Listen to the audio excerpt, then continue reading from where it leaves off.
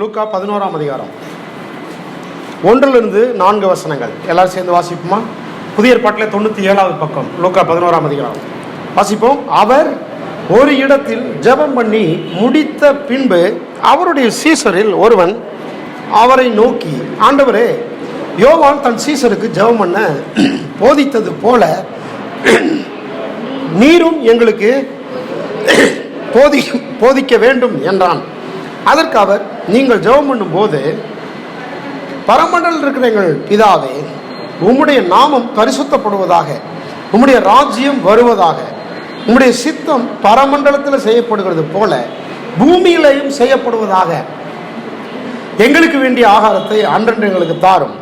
எங்கள் பாவங்களை எங்களுக்கு மன்னியும், நாங்களும் எங்களிடத்தில் கடன்பட்ட எவனுக்கும் மன்னிக்கிறோமே. எங்களை சோதனைக்குட்பட பண்ணாமல் தீமை நின்று எங்களை ரட்சித்துக் கொள்ளும் என்று சொல்லுங்கள் என்றார். ஜெபத்தை குறித்து ஒரு சில காரியங்களை நாம் பார்ப்போம். லூக்கா 11ஆம் அதிகாரத்தில் இயேசு ஒரு இடத்தில் ஜெபம் பண்ணி வந்தார். முதல் வார்த்தை அப்படிதான் இருக்கு, இயேசு ஒரு இடத்தில் ஜெபம் பண்ணினார். சொல்லுங்க, ஒரு இடத்தில் இயேசு ஜெபம் பண்ணினார். வேதா முழுவதும் நீங்க சுவிசேஷ புத்தகங்களை வாசித்தீங்கன்னா இயேசு ஒரு இடத்தை செலக்ட் பண்ணி ஜெபம் பண்ணல, எல்லா ஜெப நேரத்திலையும் ஏதோ ஒரு இடத்துல அவர் ஜெபம் பண்ணுகிறார். இன்றைக்கு நாம் பார்க்கிற ரொம்ப முக்கியமான ஒரு காரியம், 2 விதமாக பிரித்து பார்க்க போகிறோம். ஒன்று the power of personal prayer, இன்னொன்று the benefits of personal prayer. ரெண்டையும் பார்க்க போகிறோம். The power of personal prayer, தனிப்பட்ட ஜெபம் எவ்வளவு வல்லமையானது என்பதை நாம் புரிந்து கொள்ள வேண்டும். ஒரு கிறிஸ்தவன், ஒரு தேவனுடைய பிள்ளை தனிப்பட்ட விதத்தில் ஜெபிக்கிறவர்களாக இருக்க வேண்டும். இது ரொம்ப மிக முக்கியமானது. எல்லாம் சொல்ல, தனிப்பட்ட ஜெபம் சொல்ல, தனித்து ஜெபிக்க வேண்டும். இயேசு எப்பொழுதுமே அவர் வல்லமையானவராய் வெளிப்படுவதற்கு, அற்புதங்களை செய்வதற்கு, அதிசயங்களை பண்ணுவதற்கு, அவருடைய வாழ்க்கையில் அவர் சக்சஸ்ஃபுல்லாக வாழ்றதுக்கு அவருக்கு அடிப்படையாக இருந்த ஒரு காரியம் பர்சனல் ப்ரேயர், தனிப்பட்ட ஜெபம். ஒருவேளை நீங்கள் தனிப்பட்ட விதத்தில் ஜெபிக்கிறீங்களா அப்படின்னு கேள்வி கேட்டால் ஒருவேளை இருக்கலாம், இல்லாமையும் இருக்கலாம். ஆனால் இன்றைக்கு நான் உங்களுக்கு சொல்கிற ரொம்ப முக்கியமான காரியம், நீங்கள் தனிப்பட்ட விதத்தில் கர்த்தரை நோக்கி பார்க்கிறவர்களாக இருக்க வேண்டும். ஒரு சபைக்கு வருவதனுடைய நோக்கமே, ஒரு விசுவாசி அல்டிமேட்டா கடவுளையே முற்றிலும் சார்ந்திருக்க பழக வேண்டும், கர்த்தரையே சார்ந்திருக்க பழக வேண்டும். எந்த சூழ்நிலையிலும் மனுஷரையோ வேலையவோ எஜமானையோ தனக்கு உதவி செய்கிறதுக்காக சிலரை வச்சிருக்கிறமே அவங்களையோ சார்ந்து இல்லாமல் எல்லா சூழ்நிலையிலும் கர்த்தரையே சார்ந்திருக்க பழக வேண்டும். எல்லாம் கர்த்தரையே சார்ந்திருக்க பழக வேண்டும். ஏன் கர்த்தரை சார்ந்திருக்க வேண்டும்? ஏனென்றால் என்னுடைய வாழ்க்கை கர்த்தரிடத்திலிருந்து எனக்கு கொடுக்கப்பட்டது. என்னை கர்த்தர் இந்த பூமிக்கு அனுப்பி இருக்கிறார், உங்களை கர்த்தர் இந்த பூமிக்கு அனுப்பி இருக்கிறார். உங்கள் வாழ்க்கை குறித்த பிளான் கர்த்தருடைய கையில் இருக்கிறது. என்னைக்கு பிறக்கணும், என்னைக்கு உங்க வாழ்க்கை முடியணும், என்னென்ன காரியங்கள் நீங்கள் செய்ய வேண்டும், எந்தெந்த காரியங்களை உங்கள் மூலமாய் தேவன் இந்த பூமியிலே செய்ய வேண்டும் என்பதையெல்லாம் தேவன் தன்னுடைய கையில திட்டமாக வைத்திருக்கிறார். ஆகவே தேவன் தான் என்னுடைய வாழ்க்கையினுடைய ஆதாரமா இருக்கிறார். உங்கள் வாழ்க்கையினுடைய ஆதாரம் கடவுள் தான் ஆதாரமா இருக்கிறார். நீங்க கடவுள் இல்லாமல் வெற்றிகரமா வாழ முடியாது. நீங்கள் கடவுளை நோக்கி பார்க்கும் போதுதான், கர்த்தரை நோக்கி பார்க்கும் போதுதான் கர்த்தர் உங்களுக்கு உதவிகளை செய்ய முடியாத மனுஷர்களை அனுப்புவார். மனுஷ தயவே கர்த்தர் மூலமா தான் வரணும். பாருங்க, இது ஆமான்னு தலையாட்டி கேட்டு வீட்டுக்கு போயிட்டு கர்த்தரை விட்டுறோம். நம்ம பல சமயங்கள்ல கர்த்தரை தேடுவது எதற்காக? கர்த்தர் தான் என் வாழ்க்கையின் ஆதாரம். என் வாழ்க்கையை கர்த்தரிடத்திலிருந்து வந்தது. கர்த்தர் தான் எனக்கு எந்த ஒன்றையும் செய்ய வேண்டும். கர்த்தர் தான் என்னை போஷிக்கணும், கர்த்தர் தான் என்னை காப்பாற்றணும், கர்த்தர் தான் என்னை உயர்த்தணும், கர்த்தர் தான் எனக்கு கொடுக்கணும், கர்த்தர் தான் எனக்கு எல்லாவற்றையும் செய்ய வேண்டும். ஒரு கணவர் இருக்கலாம், மனைவி இருக்கலாம், பிள்ளைகள் இருக்கலாம், யார் இருந்தாலும் சரி, நான் கர்த்தரால் ஆசீர்வதிக்கப்பட வேண்டும், கர்த்தர் எனக்கு கொடுத்தா தான் என்கிற ஒரு ஆவிக்குரிய பார்வை நமக்கு உண்டாயிருக்க வேண்டும். எந்த ஒன்றை கர்த்தர்ட்ட கேட்கறதுக்கு அடிப்படையே தான், கர்த்தர் தான் எனக்கெல்லாம். பாட்டு பாண்டவன், நீர் மாத்திரம் போதும், நீர் மாத்திரம் போதும்னா இந்த உலகத்தில் யாருமே வேணாம் ஆண்டவரே, நீர் மட்டும் அது இல்லை. நீர் மாத்திரம் போதும்னா என் தேவைகளை எல்லாம் சந்திக்க நீர் ஒருவர் மட்டும் போதும். அதான் அர்த்தம். நீர் ஒருத்தர் மட்டும் போதும் என் தேவையை சந்திக்க, என் வாழ்க்கையை உயர்த்த நீர் ஒருவர் மட்டும் போதும். என்னுடைய வாழ்க்கையினுடைய எல்லா நிந்தைகளையும் அவமானங்களையும் மாற்ற நீர் ஒருவர் மட்டும் போதும். என்னுடைய ஃபியூச்சரை கரெக்டா டிசைன் பண்ணி என்னை முன்னேற்ற நீர் ஒருவர் மட்டும் போதும். எல்லாம் சொல்றீங்களா? இப்படியே சொல்றீங்களா? இது அற்புதமான ஒரு கன்ஃபஸ். நீர் ஒருவர் மட்டும் போதும் என்னை உயர்த்த, நீர் ஒருவர் மட்டும் போதும் என்னை காப்பாற்ற, நீர் ஒருவர் மட்டும் போதும் எனக்கு ஞானத்தை கொடுக்க, நீர் ஒருவர் மட்டும் போதும் என்னை பெருக பண்ண, என் வாழ்க்கையில என்னென்னலாம் நடக்க வேண்டும் என்று நீர் திட்டம் பண்ணி எழுதி வைத்திருக்கிறீரோ அவைகளெல்லாம் செய்து முடிக்க நீர் ஒருவர் மட்டும் போதும். சொல்லுங்க, நீர் ஒருவர் மட்டும் போதும். இந்த வெளிச்சம் உங்களுக்கு எனக்கு இருக்க வேண்டும். அவர் ஒருத்தர் போதும்.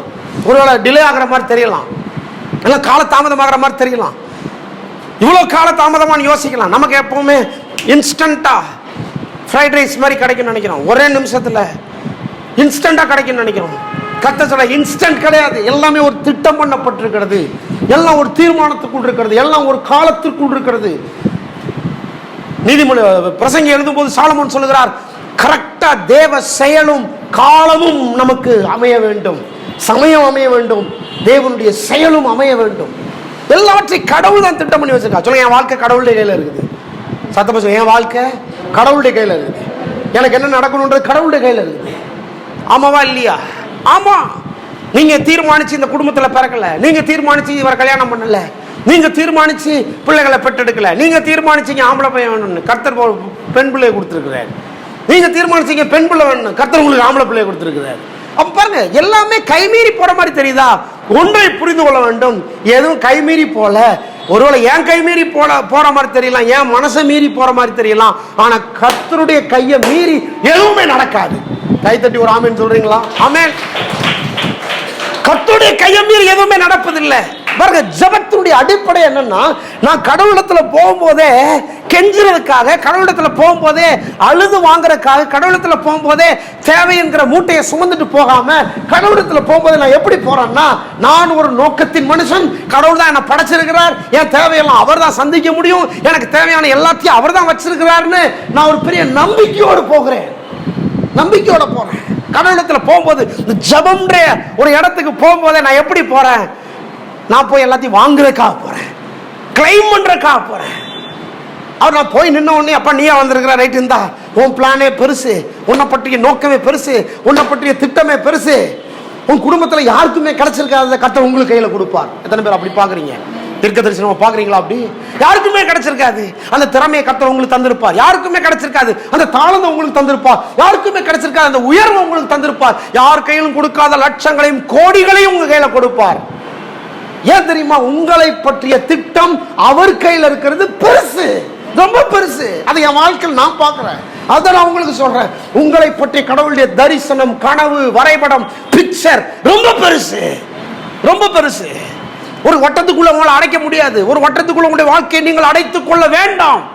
உங்களை பற்றிய பிளான் ரொம்ப பெருசு. அதனாலதான் ஆளை பார்த்தவன முடிவு பண்றாரு கர்த்தர், ரைட், இவனுக்கு அதை கொடுக்கணும், இவனுக்கு இதை கொடுக்கணும், இவனை இப்படி உயர்த்தணும், இப்படி தரணும், இந்த பெண்ணை கொடுக்கணும், இந்த பிள்ளைகளை கொடுக்கணும், இவங்க கிட்ட போய் இவரை சேர்க்கணும். தேவன் தான் எல்லா கனெக்ஷனையும் ஏற்படுத்துகிறார், தேவன் தான் எல்லாவற்றையும் நமக்கு தருகிறார். ஒரு கனெக்ஷனை கூட கர்த்தர் ஏற்படுத்த, ஒரு நூல் கோடு போட்ட மாதிரி ஒரு நூலை கூட கர்த்தர் எல்லாவற்றையும் செய்கிறார். கையை உயர்த்தணும், என் வாழ்க்கையில கர்த்தர் எல்லாத்தையும் பண்றாரு.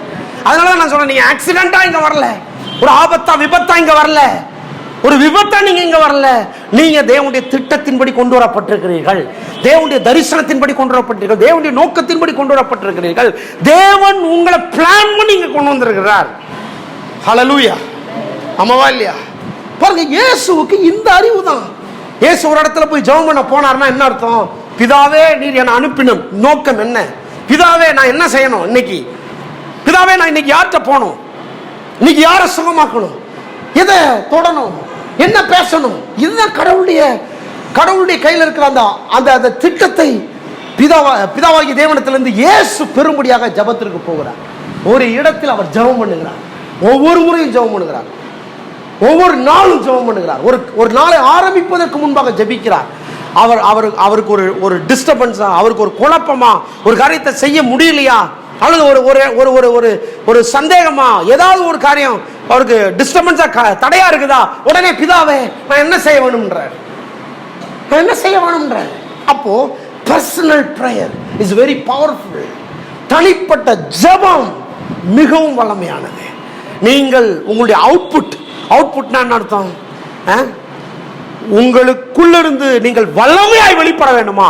நீங்கள் செய்ய வேண்டிய ஒன்றே ஒன்று, தனிப்பட்ட ஜெபம் உங்களுடைய வாழ்க்கையில் அவசியமா இருக்கிறது. எத்தனை பேர் ஆமென் சொல்லுங்க? சொல்லுங்க பர்சனல் ப்ரேயர், தனிப்பட்ட ஜெபம். சொல்லுங்க தனிப்பட்ட ஜெபம். தனிப்பட்ட ஜெபம் உங்களுடைய வாழ்க்கையில் இல்லாத பட்சத்தில் நீங்கள் உங்களுடைய அவுட்புட், உங்களுடைய அவுட்கம் ரொம்ப பர்ஃபெக்டாக இருக்க முடியாது, பவர்ஃபுல்லாக இருக்க முடியாது. ஒரு சராசரி மனுஷன் வாழ்றது போல வாழ்வீங்க. பல சமயங்கள் நம்மகிட்ட இருக்கிற பிரச்சனை என்ன தெரியுமா? மற்றவங்களை பார்த்து நம்ம கொஞ்சம் நல்லா தான் இருக்கிறோம் நம்ம நினச்சிக்கிறோம்.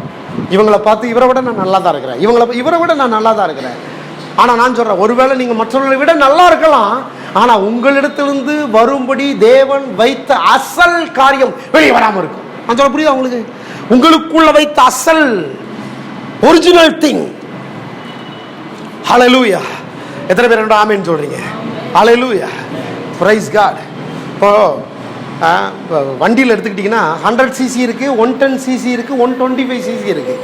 இது வந்து வேகம் 100 சிசிலையும் போகும், 110 சிசிலையும் போகும், 125 சிசிலையும் போகும். அப்படி 3 விதமான வண்டி இருக்குது.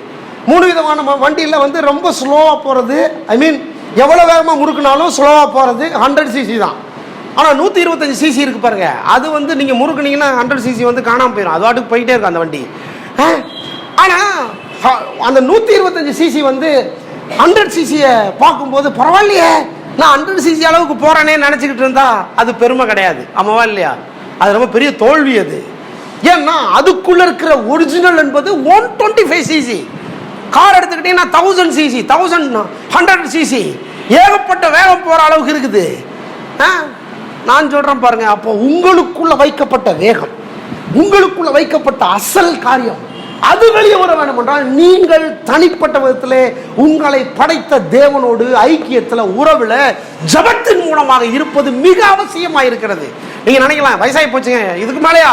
ஆமா, இதுக்கு மேலேயாவது இருக்க வேண்டும், இதுக்கு மேலேயாவது உங்களுடைய அவுட்புட் அவுட்கம் வெற்றிகரமாய் வெளியே வர வேண்டும். சிறு பிள்ளைகளா இருக்கிறீங்களா? உங்களுக்கு ஏராளமான காலம் இருக்கிறது.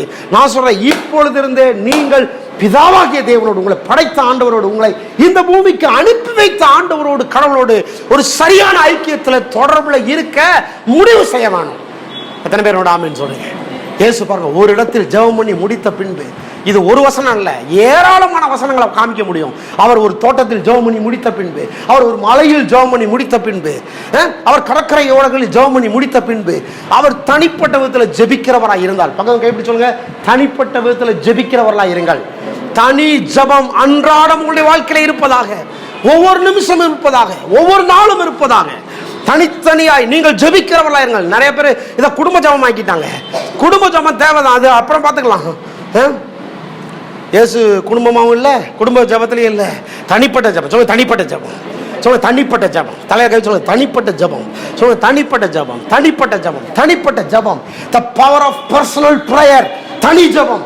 வண்டியில போகும்போது ஜெபம் பண்ணுங்க, ஒரு வேலை செஞ்சுக்கிட்டு இருக்கும்போது ஜெபம் பண்ணுங்க, சமையல் பண்ணிக்கிட்டு இருக்கும்போது ஜெபம் பண்ணுங்க, ஒரு குழம்பு வச்சுட்டு இருக்கும்போது ஜெபம் பண்ணுங்க, நடக்கும்போது ஜெபம் பண்ணுங்க, உட்காரும் போது ஜெபம் பண்ணுங்க, எழும்பும்போது ஜெபம் பண்ணுங்க. நான் சொல்றேன், வண்டியில ட்ரெயின்ல போகும்போது ஜெபம் பண்ணுங்க, ஒரு வேலையை ஆயத்தம் பண்றதுக்கு முன்னால ஜெபம் பண்ணுங்க. ஜெபம் எப்படி ஜெபம் பண்றது அதை நாம அப்புறம் பார்ப்போம். எப்படி ஜெபம் பண்றது? உங்களுக்கு தெரிஞ்ச வார்த்தையை சொல்லுங்க. ஆண்டவரே, கடவுளே, நான் என்ன செய்யணும்னு விரும்புகிறேன்? நான் ஒரே ஒரு ஜெபம் தான் பண்றேன். ஆண்டவரே, நான் அடுத்து என்ன செய்ய வேண்டும்? இதான் என் ஜெபம். எந்த பிரச்சனையும் மாற்றம்லாம் ஜெபிக்கிறது இல்லை. அடுத்து நான் என்ன செய்ய வேண்டும்? சொல்லுங்க, அடுத்து நான் என்ன செய்ய வேண்டும்? எல்லாத்தையும் வந்து பார்த்தாச்சு, அடுத்து நான் என்ன செய்ய வேண்டும்? இல்ல, அடுத்து நான் என்ன செய்ய வேண்டும்? தோல்வி அடைஞ்சாச்சு, அடுத்து நான் என்ன செய்ய வேண்டும்? எதை குறித்து நான் வந்து தயங்க வேண்டியதில்லை, எதை குறித்து நான் யோசித்து முடங்க வேண்டிய அவசியம் இல்லை. ஏனென்றால் இந்த உலகத்தில் முடக்கம் இருக்கும், இந்த உலகத்தில் தோல்வி இருக்கும், இந்த உலகத்தில் அவமானம் இருக்கும், இந்த உலகத்தில் எல்லாவற்றையுமே நாம் சந்திக்க வேண்டிய சூழ்நிலைகள் என்று ஒன்று இருக்கலாம். இல்ல, இருக்கவே இருக்காதுன்றது கிறிஸ்தவ வாழ்க்கை கிடையாது. வராது, வியாதியே வராது, தோல்வியே வராது, அவமானமே வராது, இழப்பே வராது, இல்லாமே வராது, அப்படியெல்லாம் பைபிள் சொல்ல. எல்லாம் வரலாம், ஆனால் அவைகள் மத்தியிலே பிதாவாகிய தேவன் உங்களோடு கூட இருக்கிறார். அவைகள் மத்தியிலே இயேசு உங்களோடு கூட இருக்கிறார். அவைகளின் மத்தியிலே நீங்கள் செய்ய வேண்டிய ஒரே ஒரு ஜெபம், நீங்கள் கேட்க வேண்டிய ஒரே ஒரு வார்த்தை, ஆண்டவரே, அடுத்து நான் என்ன செய்ய வேண்டும்? கைதட்டி ஒரு ஆமென் சொல்லுங்க. அடுத்து நான் என்ன செய்ய வேண்டும்? அடுத்து நான் கர்த்தர் ஒரு நாளும் நாம் தோல்வி அடைந்த இடத்திலேயே நம்மளை புதைக்கணும்னு நினைக்கிறது கிடையாது. நாம் அவமானப்பட்ட இடத்திலே கர்த்தர் நம்மளை புதைக்கணும்னு நினைக்கிறது கிடையாது. நாம் விழுந்து போன இடத்திலேயே கர்த்தர் நம்முடைய வாழ்க்கையை முடித்து விட வேண்டும் என்று நினைப்பதே கிடையாது. ஆகவேதான் நான் சொல்லுகிறேன், அடுத்து நான் என்ன செய்ய வேண்டும் என்று கேட்கிற ஒரு ஜெபம் கர்த்தர் கை நீட்டி நம்மளை தூக்கி விடுவதற்கு ஆதாரமாக இருக்கும். நீங்க முடங்க வேண்டிய அவசியம் இல்லை, புதைக்கப்பட வேண்டிய அவசியம் இல்லை. நீங்களா முடிச்சிக்க வேண்டிய அவசியம் இல்லை. அடுத்து நான் என்ன செய்வேன் சொன்னா, அடுத்து நான் என்ன செய்ய வேண்டும்? சத்தம், அடுத்து நான் என்ன செய்ய வேண்டும்? ஆமா, அடுத்து நான் என்ன செய்யணும்? இந்த ஒரு ஜெபம் நம்முடைய வாழ்க்கையை மாற்றி விடுகிறது. அப்போ எப்படி ஜெபிக்கணும்ன்றதில்ல இந்த செய்தி, நாம தனிப்பட்ட விதத்தில் ஜெபம் வேண்டும். இது ரொம்ப முக்கியமானது. இதை உள்ளத்துல ஒரு தீர்மானம் எடுத்துக்கணும். நான் சொல்றேன், நீங்க ஜெபித்தால் நான் என்னென்ன நடக்கும் தெரியுமா? ஏராளமா நடக்கும். நீங்க தனிப்பட்ட விதத்தில் ஜெபம் பண்ணிட்டு இருங்க, உங்களுடைய தேவையை சந்திக்கும்படி ஒரு காகம் வரும். நீங்க தனிப்பட்ட விதத்தில் ஜெபம் பண்ணிட்டு இருங்க, நீங்கள் அற்புதம் செய்யக்கூடிய பலன் உங்களுக்குள்ள வரும். நீங்க தனிப்பட்ட விதத்தில் ஜெபம் பண்ணிக்கிட்டு இருங்க, 5 அப்பம் 2 மீன், நான் சொல்றேன் 20,000 பேர் சாப்பிட்ற அளவுக்கு 12 கூட மீதி எடுக்கிற அளவுக்கு உங்களுடைய வாழ்க்கையில எல்லாம் பெருக ஆரம்பிக்கும். உங்களுடைய தனிப்பட்ட ஜெபம் என்ன நடக்குது தெரியுமா? நீங்கள் தனிப்பட்ட விதத்தில் ஜெபிக்கும் பொழுது நீங்கள் செயல்படாமல் தேவனை உங்கள் வாழ்க்கையில் செயல்பட அனுமதிக்கிறீர்கள். கைத்தட்டி ஒரு ஆமென் சொல்ல மாட்டேன்றீங்களே? ஆமென். நீங்கள் தனிப்பட்ட விதத்தில் ஜெபிக்க ஜெபிக்க ஜெபிக்க நான் சொல்ற உங்களுக்காக தேவன் செயல்பட ஆரம்பிக்கிறார். நீங்கள் தனிப்பட்ட விதத்தில் ஜெபிக்க ஜெபிக்க ஜெபிக்க உங்களுக்கே தெரியாமல் வர காத்திருந்த ஒரு ஆபத்தை கர்த்தர் விலக்கி போடுகிறார். நீங்கள் தனிப்பட்ட விதத்தில் ஜெபிக்க ஜெபிக்க ஜெபிக்க வேதம் சொல்லுகிறது, நீங்கள் போவதற்கு முன்பாக தேவன் சென்று அவருடைய சமூகத்தை முன்பாக அனுப்பி கோணலானவைகளை செவ்வையாக்குகிறார், கரடானவைகளை சமமாக்குகிறார். தனிப்பட்ட விதத்தில் நீங்கள் ஜெபிக்க ஜெபிக்க ஜெபிக்க பிள்ளைகளை ஞாபக சக்தி உங்களுக்குள்ள உண்டாக ஆரம்பிக்கிறது. உங்களுக்கு மனுஷ தயவு கிடைக்க ஆரம்பிக்கிறது. தனிப்பட்ட விதத்தில் ஜெபிக்க ஜெபிக்க ஜெபிக்க உங்களுக்கு கொடுக்க வேண்டிய பணம் கொடுக்க முடியாமல் இருந்த அந்த கல்லான உள்ளத்தை மாற்ற ஆரம்பிக்க. நீங்க பேசி மாற்ற முடியாது, நீங்க பேசியெல்லாம் மாற்ற முடியாது. கர்த்தர் மாற்றுவார். உங்களுக்கு அவர் போராடுவார். உங்களுக்கு வர வேண்டியது அவர் கிளைம் பண்ணி கொடுப்பார். எத்தனை பேர் அப்படி நம்புறீங்க? நம்புறீங்களா? ஒரு நாள் கையை போய் மனுஷன் நீட்டிடாதீங்க. அது வெக்கம், அது அவமானம், அது கேவலம், அது கடன். ஆனா கையை கர்த்தர்கிட்ட நீட்டுங்க. கர்த்தர் சொல்லுவார், கொண்டு போய் கொடுன்னு சொல்லுவார். தேவனால் கூடாத காரியம் ஒன்றுமே இல்லை. சொல்லுங்க, ஒன்றுமே இல்லை. அதனால நான் சொல்றேன், அதனாலதான் உங்கள்கிட்ட ஒவ்வொரு முறையும் சொல்றேன், கர்த்தரை தேடுங்க, கர்த்தர்கிட்ட வாங்க, சபைக்கு வாங்க, கர்த்தருடைய வார்த்தை கேளுங்க. ஏன்னு சொன்னா அவர் ஆதாரம், அவரால் மட்டும்தான் எல்லாம் முடியும். உங்கள் வாழ்க்கையினுடைய டிசைன் அவர்கள் இருக்குது. உங்கள் வாழ்க்கையினுடைய பலன் அவர், உங்கள் வாழ்க்கையின் ஞானம் அவர். இவ்வளவு தூரம் உயர்த்த தேவனால் முடியும் என்றால் இதை விட 100 மடங்கு உயர்த்த அவரால் முடியும். எத்தனை பேர் ஆமென் சொல்றீங்க? ஆமென். Praise God. ஹல்லேலூயா. சரி, ஒரு சில காரியங்களை பார்ப்போம். இந்த செய்தி நாம் எப்படி ஜெபிக்க வேண்டும் என்பதை பற்றியதல்ல, நாம் தனிப்பட்ட விதத்தில் ஜெபிக்கிறதுனால் உண்டாகிற பலன் என்பதை பற்றியது. தனிப்பட்ட விதத்தில் ஜெபிக்கிறவர்களாக இருங்கள். ஒரு நேரத்தை தீர்மானிங்கள்.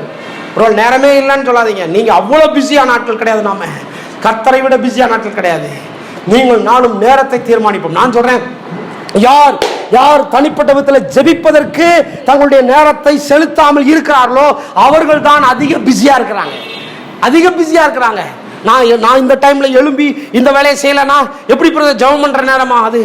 நான் இந்த வேலையை செய்யணும், அந்த வேலையை செய்யணும், இவங்களை சாப்பாடு செஞ்சு அனுப்பணும், அதை பண்ணணும், இதை பண்ணணும், பர்சனல் ப்ரேயர் பண்றதுக்கே நேரம் இல்லை பிரதர். நான் சொல்றேன், நீங்க நேரம் இல்லைன்னு ஒதுக்குனதுனால தான், ஜெபம் பண்ணாம இருக்கிறதுனால தான் நீங்க பிஸியா இருக்கிறீங்க, டென்ஷனா இருக்கிறீங்க, ப்ரெஷர்ல இருக்கிறீங்க, ஸ்ட்ரெஸ்ல இருக்கிறீங்க. உங்களுடைய நேரத்தை, உங்களுடைய காலத்தை ஒரு நாளை ஜெபத்தில் ஆரம்பித்து பாருங்கள். அந்த நாள் நீங்க செய்யறதெல்லாம் உங்களுக்கு இன்பமா இருக்கும், அது உங்களுக்கு இலகுவா இருக்கும். கர்த்தர் லகுவா மாற்றி தருவார், இலகுவாய் மாற்றி தருவார். அவர் சுமையா இருக்காது, பாரமா இருக்காது. ஒரு காலையில மட்டும் இல்ல, நான் சொல்றது ஒவ்வொரு நேரமும் ஏதோ ஒரு பிரச்சனை வந்தா மட்டும் இல்ல ஜெபம். கிறிஸ்தவனுடைய பிரச்சனை என்ன தெரியுமா? பிரச்சனை வந்தாதான் ஜெபம் பண்றாங்க. ஒரு பிரச்சனை வந்தாதான் அவங்க ஜெபமே ஆஹா கண்ணீரோட ஜெபிப்பாங்க. பிரச்சனை இல்லைன்னா ஆளுகளை பார்த்தீங்கன்னா அப்படி ஓடியாந்துக்கிட்டு கடவுளே வேண்டான்ற மாதிரி, இங்கேயே 1000 வருஷம் வாழ்ற மாதிரி. இல்லை, பிரச்சனை இருந்தாலும் பிரச்சனை இல்லைனாலும் நான் சொல்றேன், ஜெபம் என்பது தேவனோட உறவாய் மாற வேண்டும், ஐக்கியமாய் மாற வேண்டும். தனிப்பட்ட விதத்தில் தேவனோடு ஜெபிப்பது என்பது உங்களுடைய குணமாய் மாற வேண்டும், நம்முடைய குணமாய் மாற வேண்டும். எத்தனை பேர் ஆமென் சொல்றீங்க? நீங்கள் ஜெபிப்பதற்காக ஒரு பிரச்சனை வர வேண்டும் என்று காத்திருக்க வேண்டிய அவசியம் இல்லை. வியாதி வந்தாதான் ஜெபம் சிலருக்கலாம். வியாதி வர்ற வரைக்கும் ஜெபமே இருக்காது. வியாதி வந்துருச்சுன்னா அவங்க ஜெபமே மாறிடும், உபவாசம் போட்டு ஜெபம் பண்ண ஆரம்பிச்சுவாங்க. நீங்கள் ஜெபிக்கும்படிக்கு வியாதிக்காக காத்திருக்க வேண்டிய அவசியம் இல்லை. எத்தனை பேர் ஆமென் சொல்றீங்க? ஹல்லேலூயா. தேவை இருந்தாதான் ஜெபம். நான் சொல்றேன், நீங்கள் ஜெபிக்கும்படிக்கு தேவைக்காக காத்திருக்க வேண்டிய அவசியம் இல்லை. இதெல்லாம் வருவதற்கு காரணமே நீங்க ஜெபிக்காதுதான், தனிப்பட்ட விதத்தில் ஜெபம் பண்ணாதான். தனிப்பட்ட விதத்தில் ஜெபம் பண்ணாதனால தான், தேவனோட ஐக்கியம் இல்லாதனால தான், தேவனோட பேசாதனால தான், தேவனோட உறவு இல்லாதனால தான், தேவனே நீ சொல்லும் இடத்துல என்ன செய்யணுன்றது தெரியாதனால தான் ஏதோ ஒன்று செஞ்சு மாட்டிக்கிறீங்க. ஆமாவா இல்லையா? எங்கேயோ ஒன்று போய் மாட்டிக்கிறீங்க, ஏதோ ஒரு ஆபத்தில் மாட்டிக்கிறீங்க. பர்சனல் பிரேயர் உங்களை ஆபத்துகள் இருந்து, விபத்துகள் இருந்து விடுதலை ஆக்கும் என்பதில் எந்த சந்தேகம் கிடையாது. பர்சனல் பிரேயர் உங்களை கடன் பிரச்சனைக்குள்ள மாட்டப்படாமல் பண்ணி பார்த்துக் கொள்ளும் என்பதில் எந்த சந்தேகம் கிடையாது. ஏதும் சொல்கிறது, சோதனைக்கு உட்பட பண்ணாமல் தீமை நின்று என்னை ரட்சித்துக் கொள்ளும் ஜெபம் பண்ணணுமா அப்படின்னு அர்த்தம். நீங்கள் தனிப்பட்ட விதத்தில் ஜெபிக்கிறவர்களா இருந்தால் சோதனையில போய் நீங்கள் அகப்பட மாட்டீர்கள். அகப்பட மாட்டீர்கள், அகப்படவே மாட்டீர்கள். ஏன்? எப்படி அகப்பட்டீங்க? எப்படி மாட்டிக்கிட்டீங்க? உள்ள போயிட்டீங்க, வெளியே வரவே முடியலையே.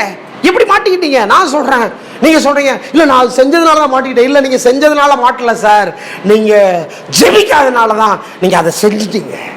பர்சனல் பிரேயர் இல்லாதனால தான் நீங்க அதை செஞ்சிட்டீங்க. பர்சனல் பிரேயர் இல்லாதனால தான் நீங்க அங்க போய் மாட்டிக்கிட்டீங்க, அதை பண்ணிக்கிட்டீங்க.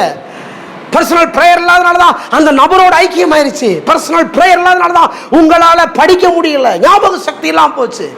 தனிப்பட்ட விதத்தில் தேவனோட ஐக்கியம் உறவு இல்லாதனால தான் பிள்ளைகளுடைய வாழ்க்கையை சரியாய் கட்டி எழுப்ப முடியாமல் போய்விட்டது.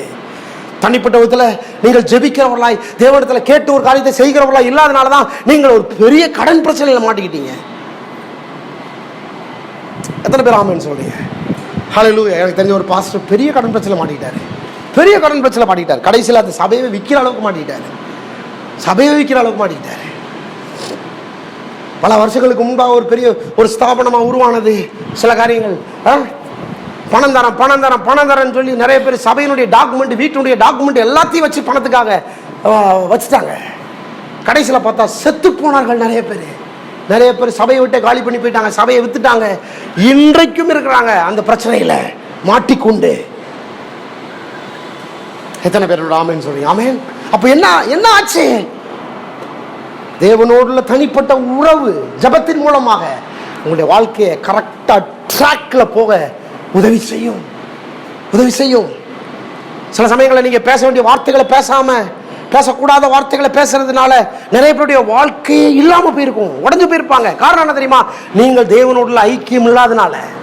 நீங்க பேசுற வார்த்தைகள் கடினமான தடித்த வார்த்தைகளா இருக்கிறதுனால அவருடைய வாழ்க்கையில உடைஞ்சு போயிருப்பாங்க. நான் சொல்றேன், கடவுளோடு ஐக்கியத்துல உறவுல இருக்கிற மனுஷன் எல்லா பகுதியிலும் பூரணமானவனா, எல்லா பகுதியிலும் பேச வேண்டியதை பேச, நடக்க வேண்டியதை நடக்க, செய்ய வேண்டியதை செய்ய, பார்க்கிற விதத்துல பார்க்கிறவனாக அவன் மாற ஆரம்பிக்கிறான். நான் சொல்றேன், தனிப்பட்ட ஜெபம் பல சமயங்கள்ல நம்முடைய வாழ்க்கையில ஒரு பெரிய மாற்றத்தை கொண்டு வருகிறது. நம்முடைய எண்ணங்கள்ல பெரிய மாற்றத்தை கொண்டு வருகிறது, நம்முடைய பேச்சில் பெரிய மாற்றங்களை கொண்டு வருகிறது. என்ன பேச வேண்டும், எப்படி பேச வேண்டும் என்கிற ஒரு அற்புதமான தரமான வார்த்தைகளை நமக்கு தருகிறது தனிப்பட்ட ஜெபம். எப்படி ஜெபிக்கலாம்? எப்படி வேணாலும் ஜெபிக்கலாம் நீங்க. ஆனா தனிப்பட்ட ஜெபம் ரொம்ப அவசியமா இருக்கு. எப்படி ஜெபிக்கிறத பின்னால பேசலாம், ஆனா ஜெபிக்கிறீங்களான்றதான் ரொம்ப முக்கியம். முதலாவது ஜெபம்ன்ற நேரத்தை ஒதுக்குறீங்களான்றதான் முக்கியமானது. தனிப்பட்ட விதத்தில் நீங்கள் பர்சனலாக கடவுளோட ஐக்கியத்தில், உறவுல, கம்யூனிகேஷன்ல, தொடர்புல இருக்கிறீங்களா என்பதான் இப்பொழுது கேள்விக்குறியாக இருக்கிறது. எத்தனை பேர் ஆமேன் சொல்றீங்க? ஆமேன், ஹல்லேலூயா. இரண்டாவது, ஜெபம் என்பது ஒரு மத செய்தியால், மத செயல்பாடு அல்ல. அது தன்னை படைத்தவரோடு, இந்த கோளில் வாழ ஆண்டவரோடு உள்ள ஒரு நோக்கம் உள்ள உறவு. ஜெபம் என்பது ஒரு மத செய்கை அல்ல. ஜெபம்னாலே அப்படியே முக்காடு போட்டு ஒரு வெள்ளை துணி போட்டுக்கிட்டு அப்படியே நேர் முழங்கால் போட்டு, இதெல்லாம் ஒரு மத வழிபாடு மாதிரி. மத வழிபாட்டை நம்ம சொல்லல. ஹலோ, இருக்கிறீங்களா? மத வழிபாட்டை நம்ம சொல்லல. ஜெபம் என்பது ஒரு மத வழிபாடு அல்ல. ஜெபம் என்பது தேவனோடு உள்ள தனிப்பட்ட நோக்கம் உள்ள உறவு. சொல்லுங்க, நோக்கம் உள்ள உறவு. சத்தமாக நோக்கம், சத்தமாக நோக்கம். நோக்கம் உங்க தலையை கை சொல்லுங்க, என் மேல ஒரு பெரிய நோக்கம் இருக்கிறது. சொல்லுங்க, என் மேல ஒரு பெரிய நோக்கம் இருக்கிறது. கடவுளை படைச்சதுக்கு ஒரு பெரிய நோக்கம் இருக்கிறது. அந்த நோக்கத்தை குறித்த டிஸ்கஷன், தட் இஸ் பிரேயர். உங்கள் வாழ்க்கை நோக்கத்தை குறித்த டிஸ்கஷன். என்னது டிஸ்கஷன்? என்னது? ஒரு ஆலோசனை அல்லது அதை குறித்ததான ஒரு ஆலோசனை பண்ணுகிற இடம் ஜெபம். ஆண்டவரே, நான் என்ன செய்ய வேண்டும்? நான் யார்? நான் என்ன செய்ய வேண்டும்? என்னை குறித்த நோக்கம் என்ன? என்ன பேச வேண்டும்? எத்தனை பேர் ஆமென் சொல்றீங்க? தனிப்பட்ட நோக்கம் சம்பந்தப்பட்ட உறவு. மத செய்கை அல்ல ஜெபம், மத செய்கை அல்ல, ஒரு ரிலீஜியஸ் செயல்பாடு அல்லது. நிறைய பேர் பார்த்தீங்கன்னா நேதி கூட பார்த்தேன், மாதா சிலையை பார்த்த உடனே இப்படி போகிறதான் ஜபம்னு நினைக்கிறாங்க. இல்லை இல்லை, இட்ஸ் நாட் எ ப்ரேயர். அது உங்கள் வாழ்க்கை நோக்கத்தை நிறைவேற்றாதது. இதுக்காகவா இயேசு நம்மளை சபைக்கு கொண்டு வந்தார்? இல்லை, அது இல்லை. ஜபம்னா நேர்முழங்கால் போட்டு கையை உயர்த்தி ஒன்றுமே தெரியாமல் நின்றுட்டு இருக்கிறது இல்லை ஜபம். ஜபம் என்பது தேவனுடைய சமூகத்தில் நீங்கள் எப்படி வேணாலும் நின்று அவரோட உங்களுடைய வாழ்க்கையின் நோக்கத்தை குறித்து பேசுவது. ஆனால் நான் யார், நான் என்ன செய்ய வேண்டும், என்ன பேச வேண்டும், எங்கே போக வேண்டும், எப்படி நடக்க வேண்டும். ஹல்லேலூயா. எத்தனை பேருக்கு புரியுது? ஆமென், ஆமென். மத செயல்பாடல்ல ஜபம், தேவனோடு உள்ள ஒரு நோக்கத்தின் உறவு, நோக்கத்தின் அடிப்படையிலான உறவு. ஆமென். சொல்லுங்க, நோக்கத்தின் அடிப்படையிலான உறவு, அதான் ஜபம்.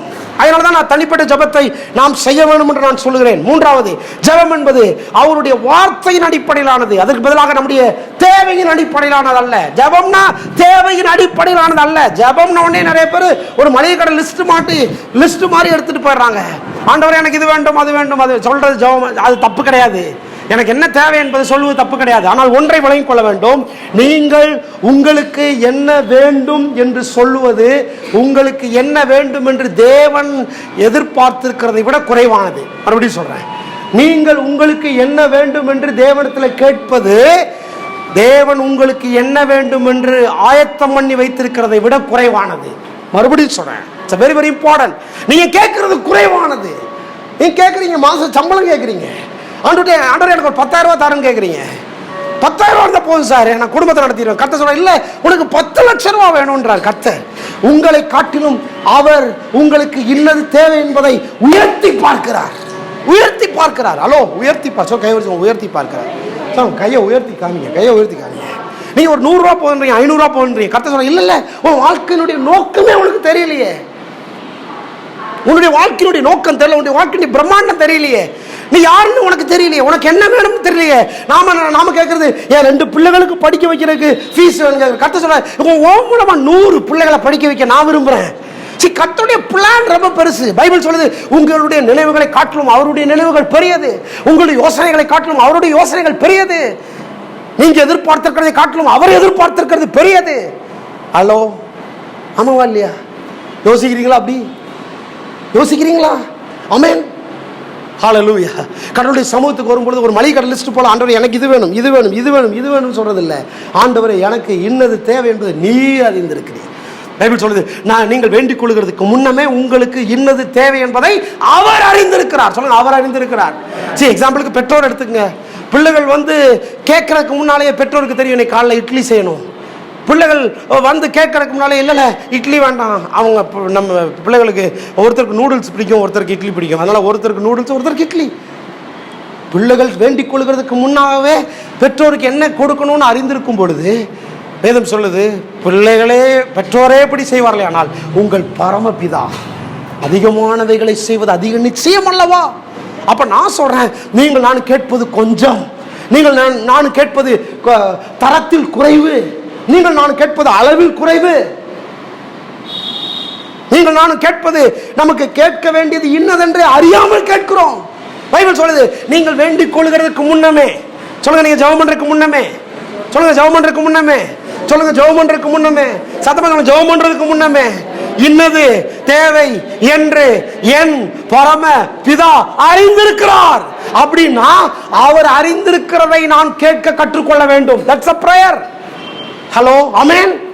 எனக்கு என்ன தேவை என்பதை நான் கேட்பதல்ல, எனக்கு இன்னது தேவை என்பதை அறிந்திருக்கிறாரே, அதை நான் கேட்க கற்றுக்கொள்ள வேண்டும். அப்ப நான் என்ன செய்யணும்? அது என்னன்றதை நான் முதலாவது அறிந்து கொள்ள வேண்டும். சோ ஜெபம் அல்ல முதலாவது, அறிந்து கொள்ளுதல் தான் முதலாவது. எத்தனை பேர் ஆமென் சொல்றீங்க? ஹல்லேலூயா. prayer is second thing, secondary thing. இரண்டாவது ஜெபம், முதலாவது அறிவு. வேதம் சொல்லுகிறது, சத்தியத்தை அறிவீர்கள், சத்தியம் உங்களை விடுதலையாக்கும். எத்தனை பேர் ஆமென் சொல்றீங்க? ஜெபம் உங்களை விடுதலையாக்கும் சொல்லல, சத்தியம் உங்களை விடுதலையாக்கும். அப்ப நான் ஜெபம் பண்ண வேண்டாம்னு சொல்லல, நீங்கள் ஜெபம் என்கிற நிலைக்கு வரும்பொழுதே நீங்கள் எப்படி வர வேண்டும்? அறிவுள்ளவர்களாய் வர வேண்டும்.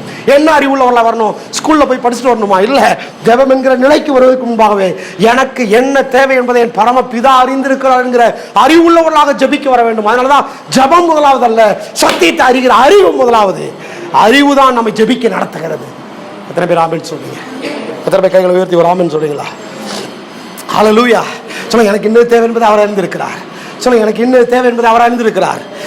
நீங்க என்ன ஃபாலோ பண்றீங்களா இல்லையா? சொல்லுங்க, எனக்கு இன்னும் தேவை என்பது அவர் அறிந்திருக்கிறார். நீங்க என்ன ஃபாலோ பண்ணலைன்னா நீங்க அப்படியே இருப்பீங்க, நான் போயிட்டே இருப்பேன், உயர்ந்துகிட்டே இருப்பேன். சொல்லுங்க, கை நீட்டி சொல்லுங்க பாஸ்டர். சொல்லுங்க, கை நீட்டி சொல்லுங்க பாஸ்டர், நீங்க நல்லா இருக்கணும். அதே மாதிரி நானும் நல்லா இருக்கணும். சொல்லுங்க, அதே மாதிரி நானும் நல்லா இருக்கணும். அல்லேலூயா, ஆமென். ஒரு பாஸ்டருடைய வெற்றி என்ன தெரியுமா? பாஸ்டர் உயர்வதல்ல, பாஸ்டருடைய வார்த்தையை கேட்டு கேட்டு பிரதர் உயர்றது தான் பாஸ்டருடைய வெற்றி. எத்தனை பேர் ஆமென் சொல்றீங்க? நீங்க நல்லா இருப்பதான் என்னுடைய வெற்றி. எத்தனை பேர் ஆமென் சொல்றீங்க? இயேசுடைய வெற்றி என்னது? நம்மளை நல்லா ஆக்குறது தான் அவருடைய வெற்றி. அதனால அவர் பேசிக்கிட்டு இருக்கிறார். அதனால கவனமா கவனிக்கணும், கூர்ந்து கவனிக்கணும். நிறைய சபைகள்ல பாஸ்டர் நல்லா இருப்பாரு, ஆனா விசுவாசிகள் அப்படியே வத்தலும் தொத்தலுமா இருப்பாங்க, ஒண்ணுமே இல்லாதவங்களா இருப்பாங்க. நான் சொல்றேன், அந்த நிலைமை ஒரு வெற்றிகரமான நிலைமை கிடையாது, வெற்றிகரமான சபை கிடையாது. வெற்றிகரமான சபை மக்கள் நன்றாக இருக்க வேண்டும், ஆடு நல்லா இருக்கணும். மேய்ப்பன் நல்லா புஷ்டியா இருந்துக்கிட்டு ஆடு வத்தலும் தொத்தலுமா இருந்தா எது நல்ல மேய்ப்பனா? அது நல்ல மேய்ப்பன் கிடையாது. அந்த மேய்ப்பன் ஆட்டை எங்கேயோ விட்டு இவர் தான் வயிற்று நிரப்பிட்டு இருக்காருன்னு அர்த்தம். ஆமாவா இல்லையா? நல்ல மேய்ப்பன் யாரு? வேதம் சொல்றது, நல்ல மேய்ப்பன் தன் ஆடுகளுக்காக ஜீவனையே கொடுக்குறான், அவன் தான் நல்ல மேய்ப்பன்.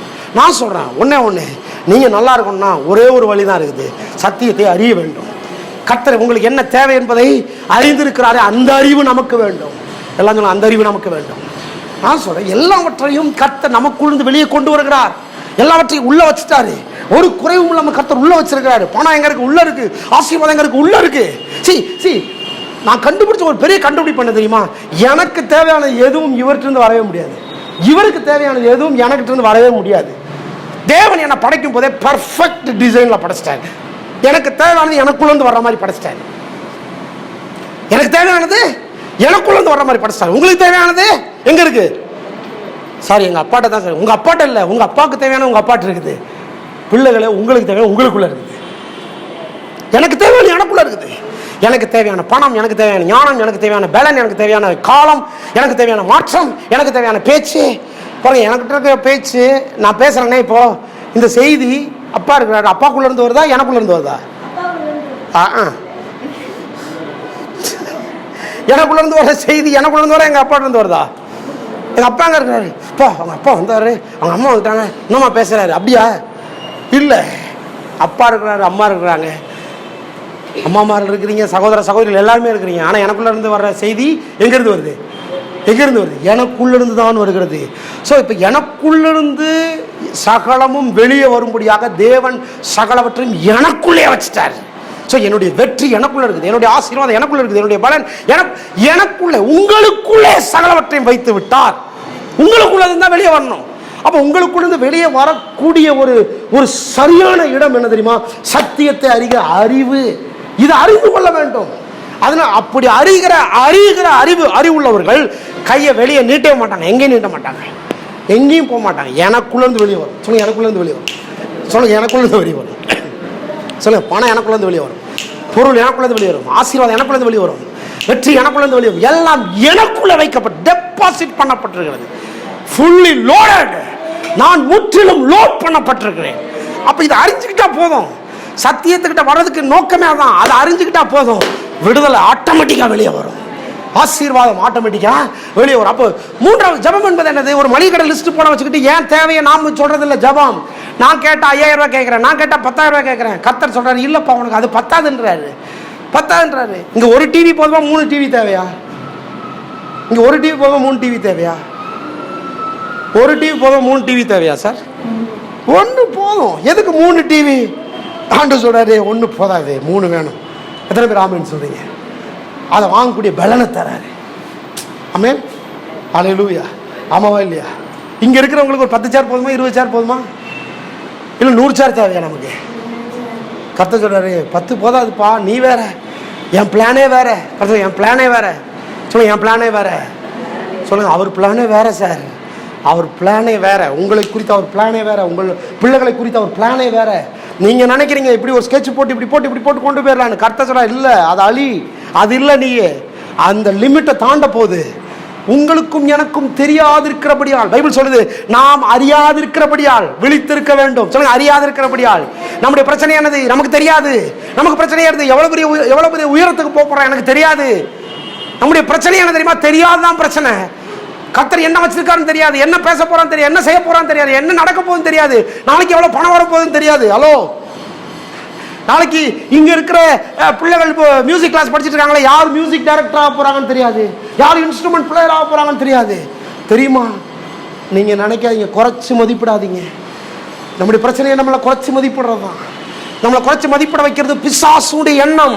அவ்வளவுதான் முடிஞ்சுன்னு சொல்றான், அவ்வளவுதான் முடிஞ்சு, நீ இவ்வளவுதான், உனக்கு நல்ல சரியான நபர்கள் இல்லை, சரியான அமைப்பு இல்லை, சரியான பேரண்ட்ஸ் இல்லை, சரியான வாழ்க்கை இல்லை, சரியான பணம் இல்லை, சரியான தயவு இல்லை.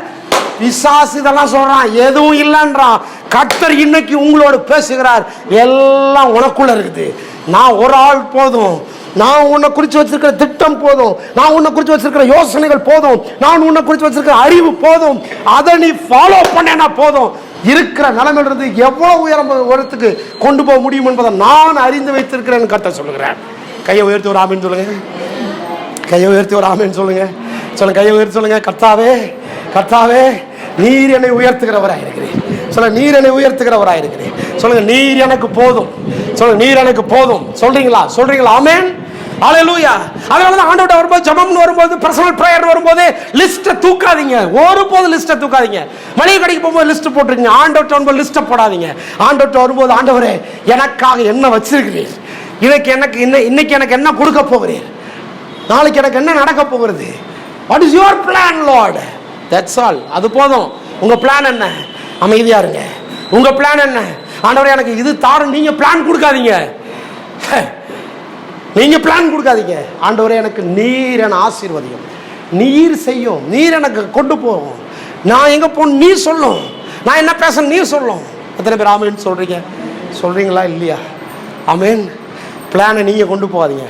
பிகாஸ் உங்கள்கிட்ட பிளான் இல்லை, உங்கள்கிட்ட தேவை தான் இருக்குது, தேவைகள் தான் இருக்குது. நான் ஒரு காரியத்தை கண்டுபிடிச்சேன், நான் தேவையோடு உண்டாக்கப்படவில்லை, நான் தேவனுடைய தேவைக்காக உண்டாக்கப்பட்டிருக்கிறேன். எத்தனை பேர் ஆமேன்னு சொல்றீங்க? நான் சொல்ல புரியுதா உங்களுக்கு? நான் தேவையோடு உண்டாக்கப்படவில்லை. நான் போன வாரம் சொன்னேன்ல, வாடகை கொடுக்கணும், எப்படி கொடுப்பேனே தெரியலன்னு சொன்னேன்ல.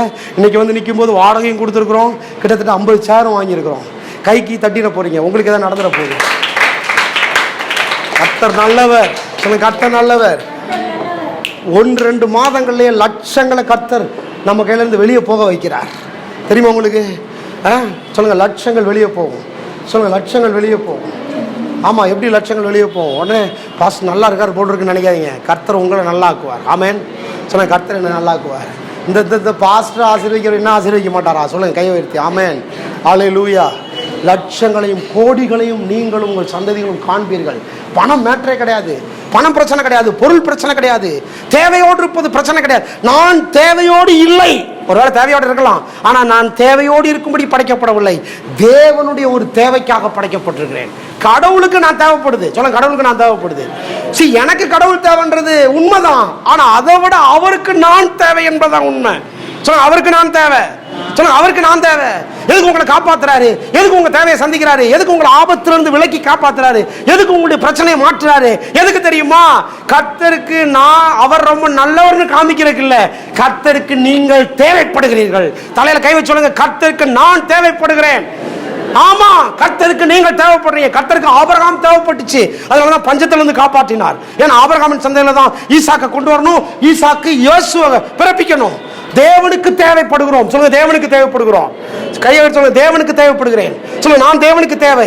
அப்ப என்ன அவர் கண்ணீர் வடிக்காம பாத்துக்குவாரு, நான் கவலைப்படாம பாத்துக்குவாரு, நான் கவலைப்பட்டு சீக்கிரம் சாகாம கர்த்தர் பார்த்துக்குவாரு. ஏன்னா நான் அவருக்கு தேவைப்படுகிறேன். கையை தட்டி சொல்லுங்க, நான் அவருக்கு தேவைப்படுகிறேன். அவர் எனக்கு தேவைன்றது 2வது தான், ஏன்னா அவருக்கு நான் தேவை. கர்ப்பத்திலே சாக வேண்டிய ஆளை கர்த்தர் காப்பாத்திக்க விரோதம் கொண்டு வந்திருக்கிறாரு. நான் தேவைப்படுறேன் கர்த்தர். சொல்லுங்க, நான் கர்த்தருக்கு தேவை. ஏன் ஆண்டவரே இவ்வளவு தூரம் என்ன உயிரோட வச்சிருக்கிறீங்க? சார் நீங்க வேணும் சார், கர்த்தருக்கு நீங்க வேணும். இன்னும் ஏதோ பிளான் இருக்கு. சொல்லுங்க, இன்னும் ஏதோ பிளான் இருக்கு.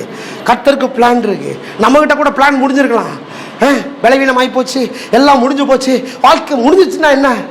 நாம சொல்றோம் வாழ்க்கை முடிஞ்சிச்சுன்னா என்ன? கர்த்தர் சொல்ல வாழ்க்கை முடியக்கூடாதுப்பா, இன்னும் நிறைய பிளான் இருக்கு. சொல்லுங்க, இன்னும் நிறைய பிளான் இருக்கு. எப்படி சொல்ல, இன்னும் நிறைய பிளான் இருக்கு சார், இன்னும் நிறைய பிளான் இருக்கு உங்களை குறிச்சு.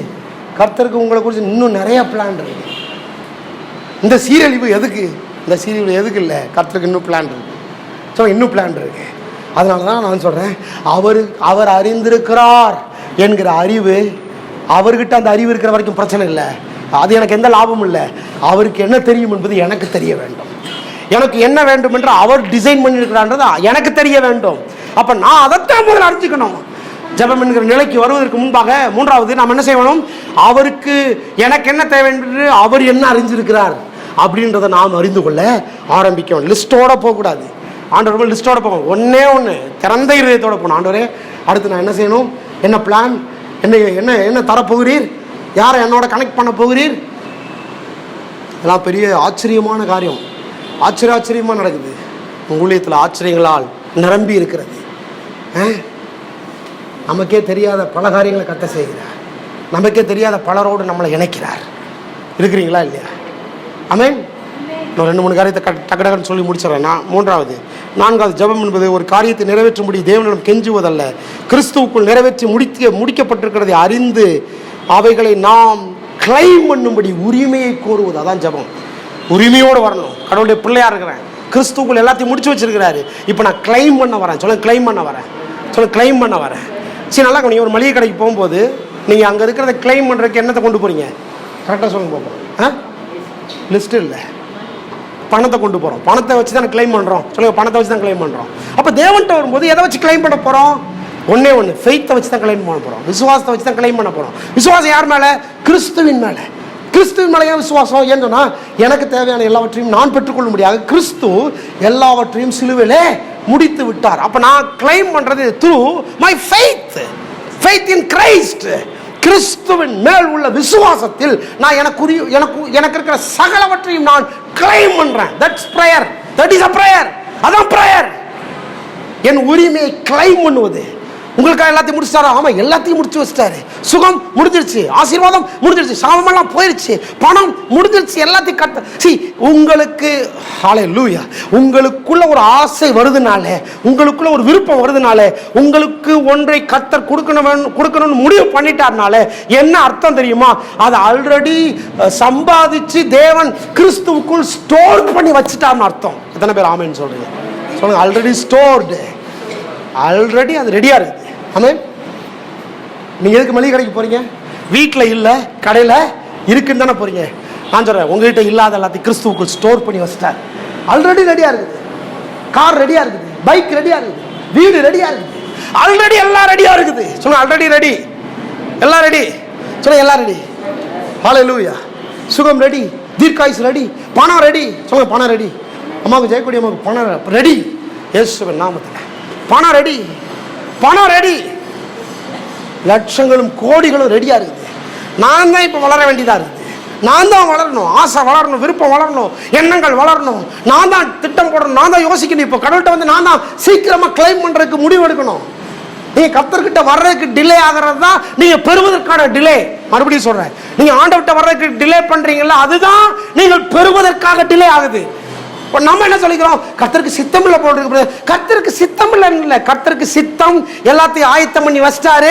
நீங்க கிளைம் பண்றதுக்கு லேட்டா வரீங்க. நீங்க டிலே பண்றீங்க, அதனால உங்களுக்கு டிலேயா கிடைக்குது.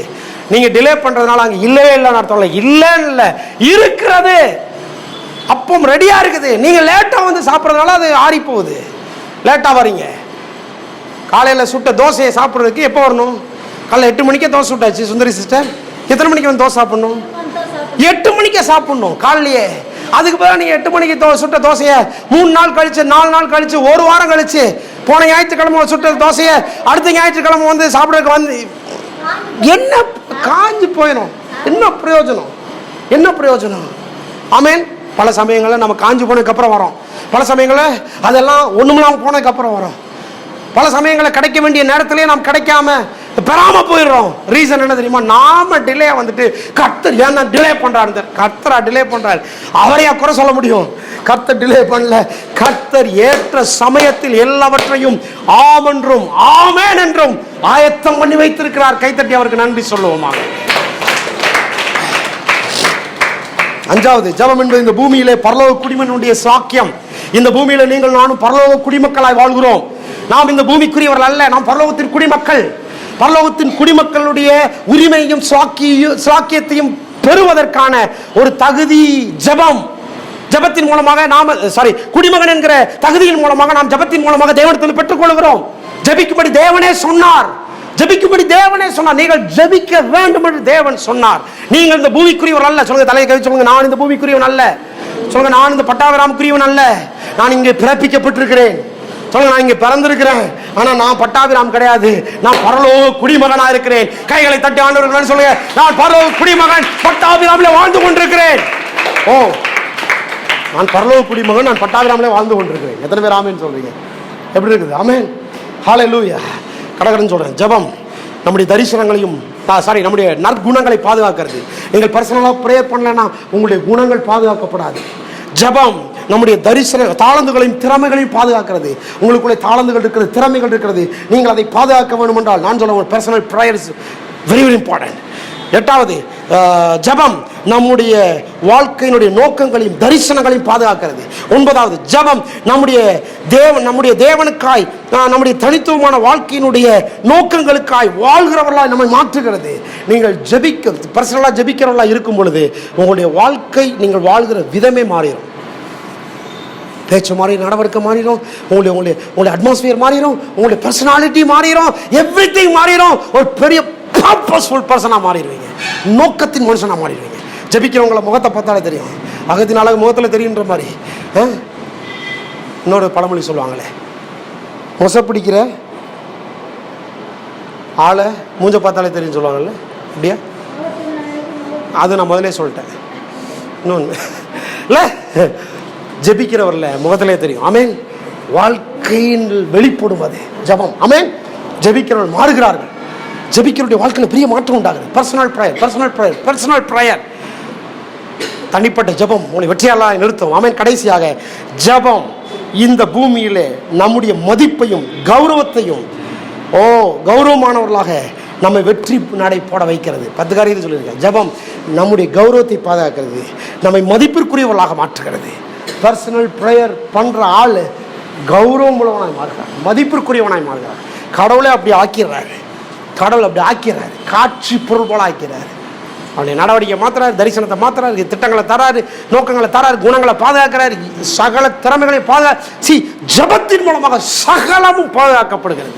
உங்களுடைய தனிப்பட்ட ஜெபம் தேவனோட உறவு எல்லாவற்றையும் மாற்றுகிறது என்பதில் எந்த சந்தேகம் இல்லை. எத்தனை பேர் ஆமேன்னு சொல்றீங்க? இப்ப நாம் செய்ய வேண்டிய ஒரு தரமான தீர்மானம், தனிப்பட்ட விதத்தில் ஜெபிக்கிறவனாய் நான் இருக்க போற ஒரு தரமான தீர்மானம் எடுக்க வேண்டும். ஒரு வாழ்க்கையில் நீங்கள் எடுக்கிற ஒரு தரமான தீர்மானம், தரமான முடிவு. நான் சொல்றேன், இனி வரும் காலங்களில் நீங்கள் பெறக்கூடிய விளைவுகளை முற்றிலும் மாற்றக்கூடியதாக இருக்கிறது. பெரிய மாற்றத்தை கொண்டு நீங்க இதுவரைக்கும் முயற்சி எடுத்து போராடி சண்டை போட்டு ஜெயிக்க முடியாத ஜெயங்களை தனிப்பட்ட ஜெபம் நிச்சயமாய் தரும் என்பதில் எந்த சந்தேகம் இல்லை. எத்தனை பேர் ஆமென் சொல்றீங்க? ஹல்லேலூயா. நீங்க யாரோ மாறணும்னு நினச்சிட்டு இருக்கிறீங்களே, நான் சொல்கிறேன், நீங்கள் ஜெபிக்க ஜெபிக்க ஜெபிக்க உங்கள் வாழ்க்கை மாற ஆரம்பிக்கும். ஆட்டோமேட்டிக்காக எல்லாமே மாறிடும். சுற்றுச்சூழல் மாறிடும், நடவடிக்கைகள் எல்லாம் மாறிடும், தேவைகள்லாம் சந்திக்கப்படுகிறது நீங்கள் காண்பீர்கள். கர்த்தர் உங்களோடு கூட இருக்கிறார். ஆமென். எல்லாரும் எழுப்பி நிற்போம். எல்லாரும் இருதயங்களை உயர்த்தி கர்த்தரை ஸ்தோத்திரிப்போம். Praise the father. Hallelujah, hallelujah, praise the lord, ஹல்லேலூயா.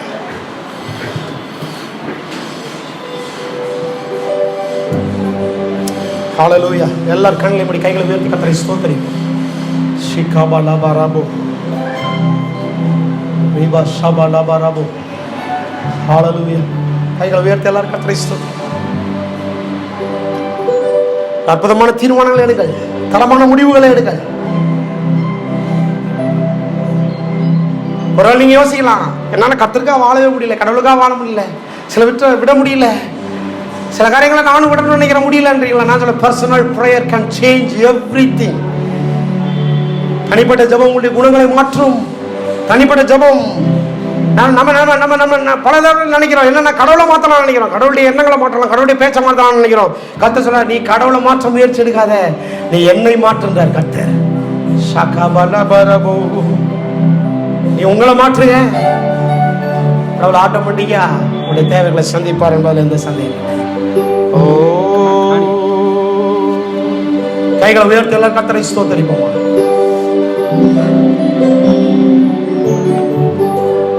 பலவீனமா, வியாதியா, என்ன பிரச்சனை உங்களுக்கு?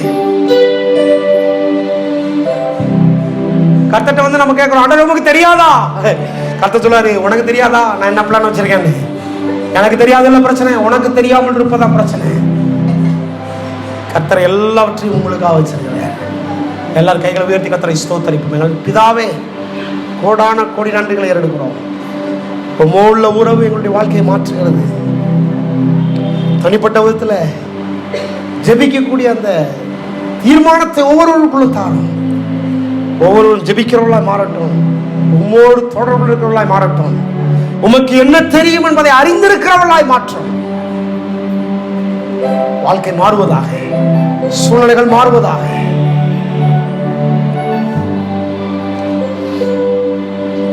தேவைகள் சந்திக்கப்படுவதாக. எங்களுக்கு என்ன தேவை என்பதை நீர் அறிந்திருக்கிறீர், அது சந்திக்கப்படுவதாக. வேண்டிக் கொள்கிறதுக்கும் நினைக்கிறதுக்கும் முன்னமே எங்களுக்கு என்ன கொடுக்க வேண்டும் என்பதை அறிந்திருக்கிறீர். கேட்கறதையும் தருவாரு, அவர் திட்டம் வச்சிருக்கிறதையும் தருவார். கேட்கிறத விட ரொம்ப மேலானது ஆண்டவரே, நீர் எனக்கு என்ன வச்சிருக்கிறீரோ அதை தாரும் என்று கேட்பது.